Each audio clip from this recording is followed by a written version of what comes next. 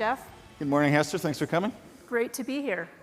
Let's jump into it. The press has dubbed you Crypto Mom or Crypto Mama, and I got to ask, what do you think of that, and why did they call you that?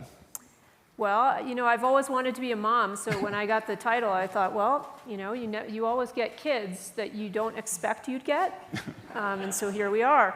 So I don't mind the title. I should start by saying that the views that I represent today are my own views and not necessarily those of the commission or my fellow commissioners, and it's usually obvious when I start talking.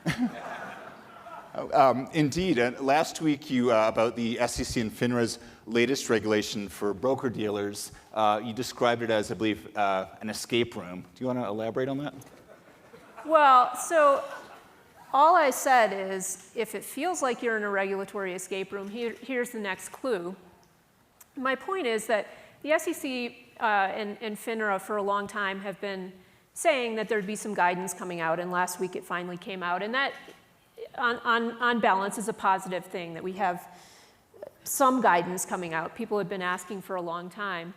But I view it as a bit of a clue and not really an answer, because it sort of said, here are some of the things that we're thinking about. And again, this is a staff document, not a commission document, which makes a difference. Staff documents are not official policy. But at least it gave an idea of some of the things that are troubling us in this space and some of the problems that need to be solved. But it's not really an open door, a road forward, and so that was kind of what I was getting at. I think a lot of the time when I meet with people in the crypto space, what I hear is, just tell us what we need to do. We're willing to do it, but we just want some clarity. And that's kind of the frustration that I was expressing with that tweet. Yeah, and it was similar when you sort of implied your fellow commissioners would almost treat a Starbucks gift card as a security. Yeah, well, I think that if you really apply the reasoning that some of my colleagues at the SEC have used, a Starbucks card, Chuck E. Cheese tokens, Beanie Babies, there are lots of things that would be securities. And when I look at my role as a regulator, I don't think, wow, I'd love to have jurisdiction over Beanie Babies or Starbucks cards. I think, you know what, we've got a lot in our wheelhouse, and I'd really like to just keep us focused on what's directly in our wheelhouse. And so that's one of the concerns I have in this space, that we've jumped in and we issued, at the same time we issued the guidance that I mentioned in connection with Starbucks cards, we issued a no action letter, which is essentially someone comes to us and says, hey, here's what we're thinking of doing, and the staff writes back and says, if you follow these conditions and do this, we're not going to recommend an enforcement action to the commission. So that's a little bit of comfort. But we did that in connection with a token that someone had for a private jet service. And when I looked at it, I said, there's no way this thing's a security. Why are we even issuing this no action letter suggesting that it might have been if it didn't meet some of these conditions? And so that was one of the concerns I had in that space. Right, but out of fairness to your fellow commissioners, I mean, I've covered crypto for a few years, and there's been some blatant fraud and a lot of investors getting ripped off and all the rest of it. And it seemed, someone needed to put the brakes on this thing. So, I mean, are you, and I think you're fairly, free market type of worldview, but I mean, what would you do? Would you just have hands off and let them at it? Well, I think even people who are in favor of free markets are not in favor of fraud. And so one thing I've noticed in this space is that, I worked at the SEC before I joined the commission. And what I noticed is that people who want to steal money from people think, okay, what's popular today? And they craft their fraud around whatever is popular. And crypto happens to be pretty popular. And so people who want to defraud people throw in Bitcoin or crypto or whatever, and they've got their fraud, and then they steal the money and they go off and you never hear from them again.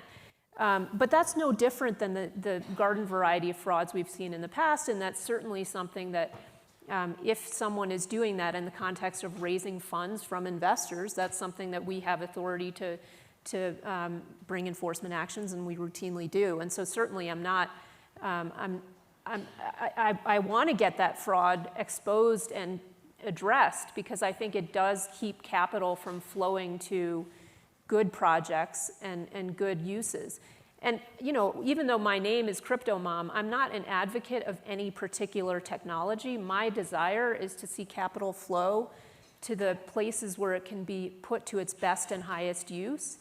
And that requires investors get information that they need to make the decisions about what they think, where they think their money will be put to best use.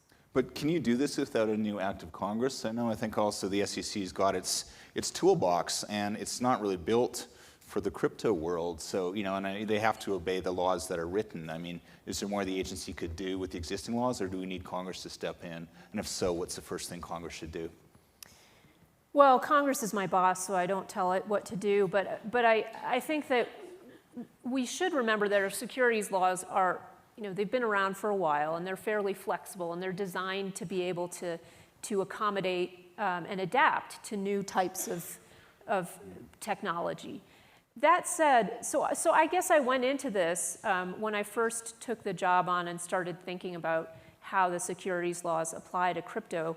I thought, we don't really need to do anything new. We just need to apply the laws that we have, and they can accommodate cryptocurrencies as they do other things.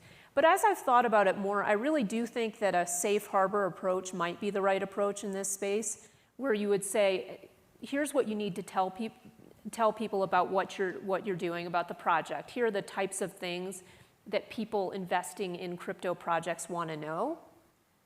And if you comply with these things and you tell people these things, then you can go ahead and you can issue these without having to worry about the whole panoply of securities regulations. And so that is something that Congress could direct us to do. We have the authority to do it on our own. But sometimes when we don't act, Congress does act and tells us, no, we want you to go do something like this. So that is a possibility. Yeah, and when these debates come up, I think some people in the kind of crypto world wonder if the SEC is sort of out of it or unfamiliar with it. So I'm just going to ask you straight: have you ever bought Bitcoin? I have not. It's something that I had heard about for quite a few years before I joined the SEC, and I'm not particularly technologically savvy. In fact, my niece, who's in her 20s, laughs at me about how unsavvy I am. But it is something that I understand why people are interested in it. Now, in my current role, I'm not even allowed to invest in it. So if I had invested before I joined the SEC, I think it would have been an awkward spot. So I'm glad I didn't, although I had thought about doing it before I joined the SEC. But would current rules allow the current SEC commissioners to perhaps all get like a tenth of a Bitcoin just to be able to test it and learn how it works? I just think it's, we're really restricted in the types of things that we're allowed to invest in and how we invest. We have to get permission before we invest in something, and then we have to get permission before we sell it. So those constraints are in place for a really important reason. Obviously we don't want to be conflicted in what we're doing, and so my portfolio is very plain vanilla because I'm trying to maximize my ability to do my job without being conflicted.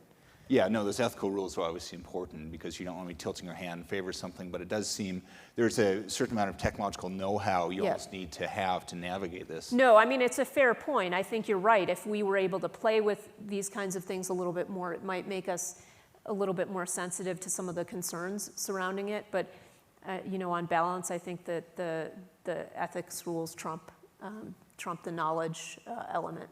Of course, makes sense.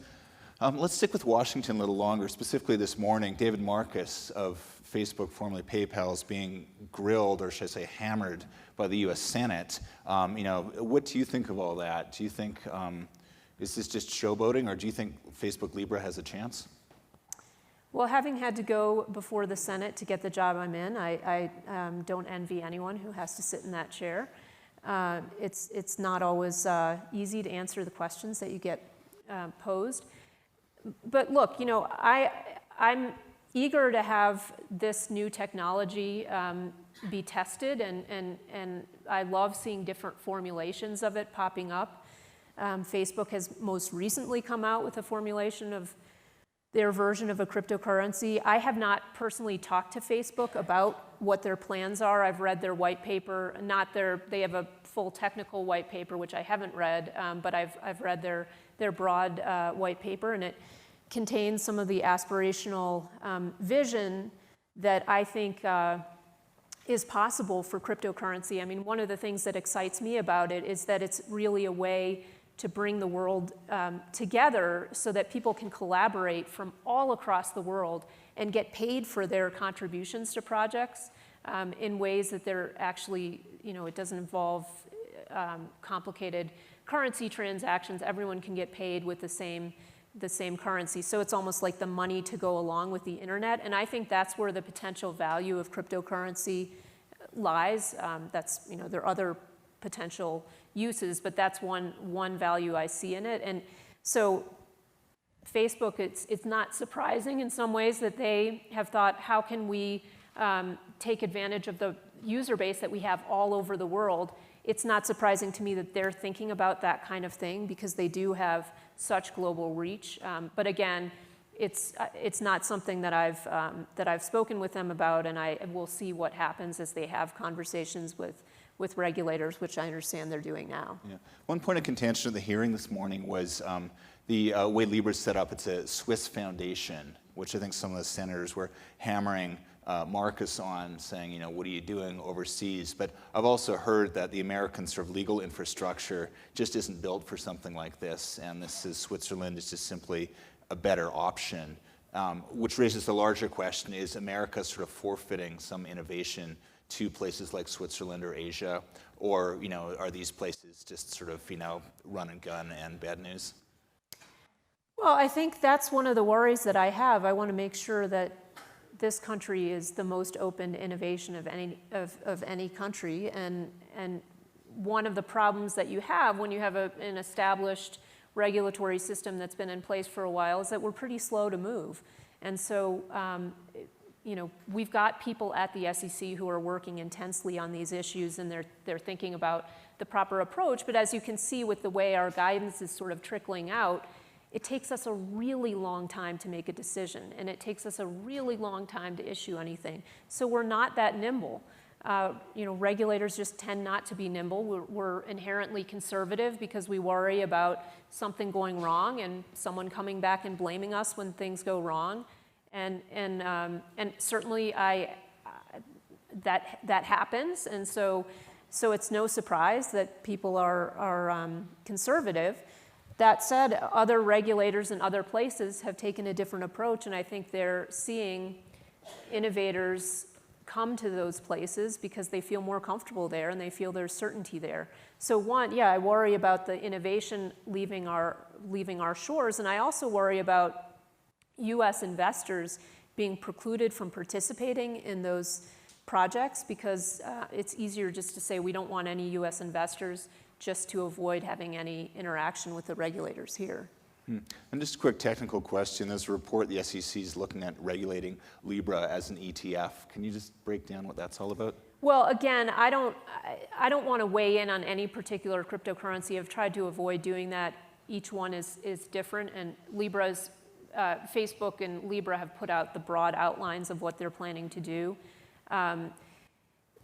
ETFs are essentially, they're exchange-traded funds. They're similar to mutual funds in how, except they operate, you can buy and sell them just on the market, which makes them very convenient and very cheap.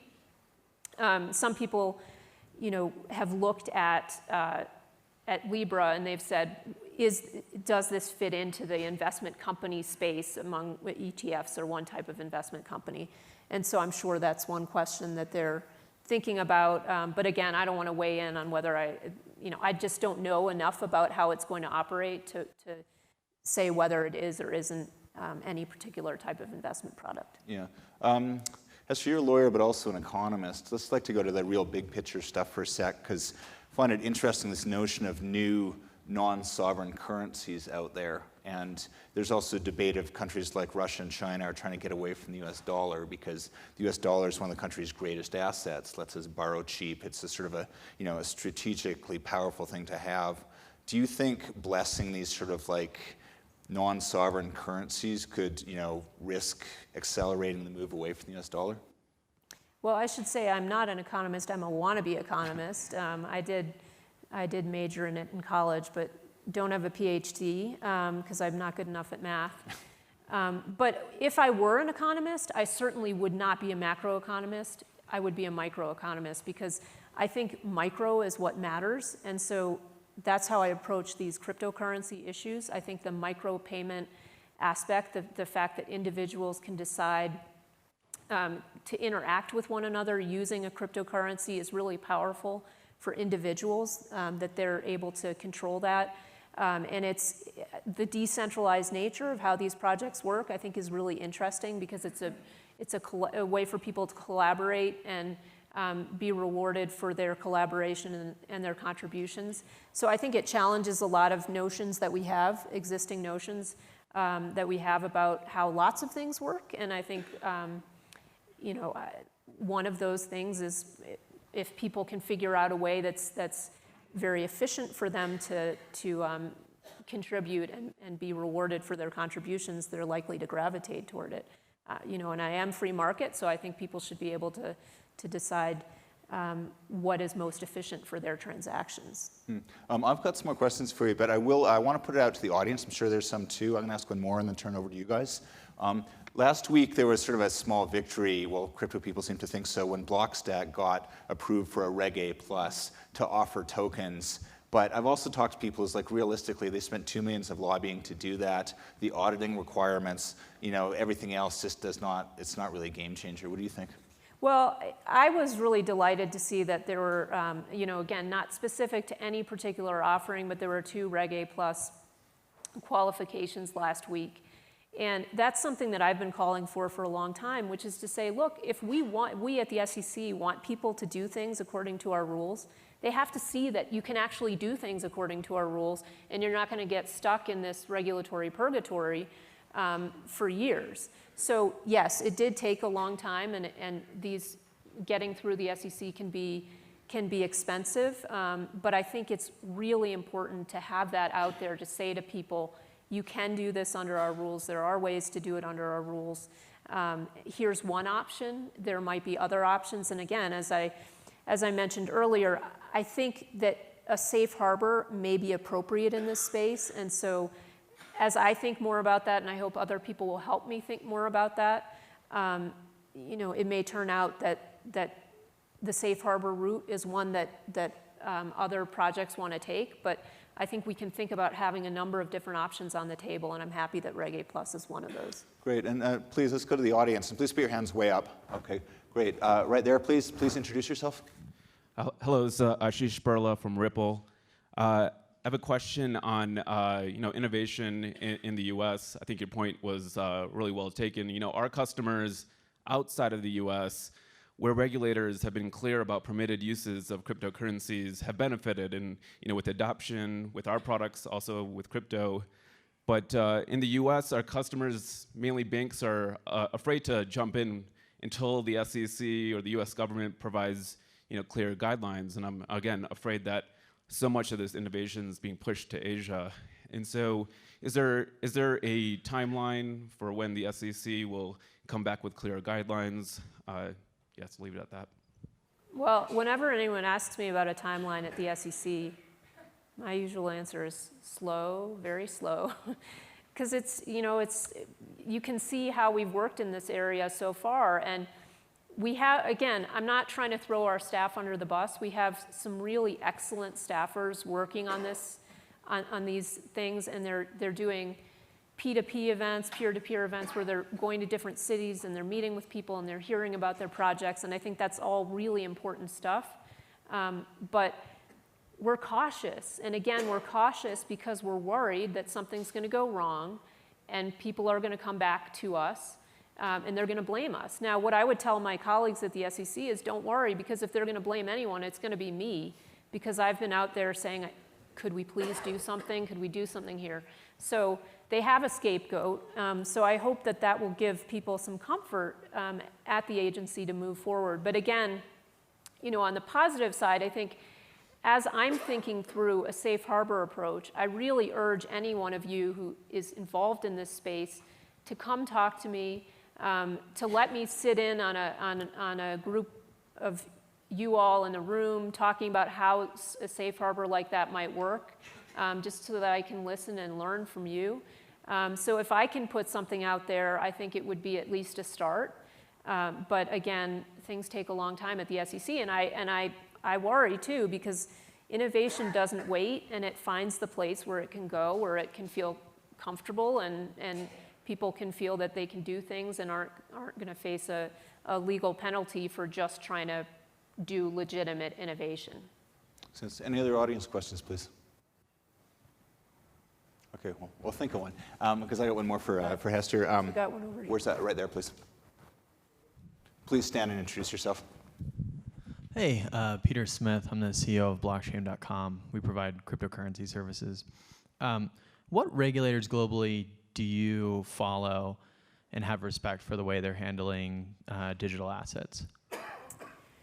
Well, you know, I'm trying to look around and think about that very thing. I mean, there have been some Asian regulators who have been more open to it. I'm actually going to go over to Asia shortly and talk to some of the regulators over there to understand their approach. So I think Singapore has an interesting approach, but I hope to learn more about it. Bermuda, I think, has taken some steps. Switzerland, you mentioned Switzerland, has been more open. So I think there are a number of regulators that are trying to think through how to approach this. And I think we have something to learn from all of those regulators in trying to figure out what we should do. That said, it's a little bit difficult because each of us comes to this from a different base of regulation. And so what might work in one place might not work in another place.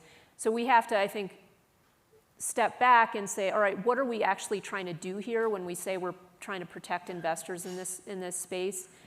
And that is, you know, what I'm trying to think of now is what do investors really want in this space? What do they need to make the decisions that they need to make? And if we think about it from that perspective, maybe that's helpful. You know, I've also admired the way our fellow regulator, the CFTC, has approached this issue. Chairman Giancarlo, AKA Crypto Dad, unfortunately just stepped down on Friday. I say unfortunately, he had served out his time, and we have a new CFTC chairman who just came in, who I think I know him, and I think he's fantastic, very smart, very forward-thinking. So I expect that they'll continue to be a really positive voice in this space.